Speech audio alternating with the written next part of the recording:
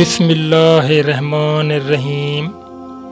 سبھی دوستوں کو میری طرف سے پیار بھرا السلام علیکم۔ میرے پیارے دوستو، حضور سیدنا غوث اعظم رحمۃ اللہ علیہ نے حضرت شیخ ابو سعید مکزوی رحمۃ اللہ علیہ کے مدرسہ میں تدریسی فرائض سر انجام دینا شروع کر دیے۔ آپ رحمۃ اللہ علیہ کے لیے فی الحال تدریسی مصروفیات کے علاوہ کوئی کام نہ تھا۔ آپ رحمۃ اللہ علیہ کے محنت سے آپ رحمۃ اللہ علیہ کے نام کا سہرا کچھ ہی دنوں میں سارے بغداد میں پھیل گیا۔ طلبہ دور دراز کے علاقوں سے علم کے حصول کے لیے آنے لگے۔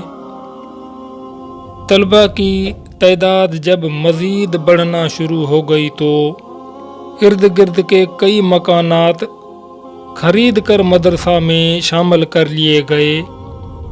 کتب سیر میں منقول ہے کہ آپ رحمۃ اللہ علیہ مدرسہ نظامیہ کے وسیع عمارات تعمیر فرما چکے تھے۔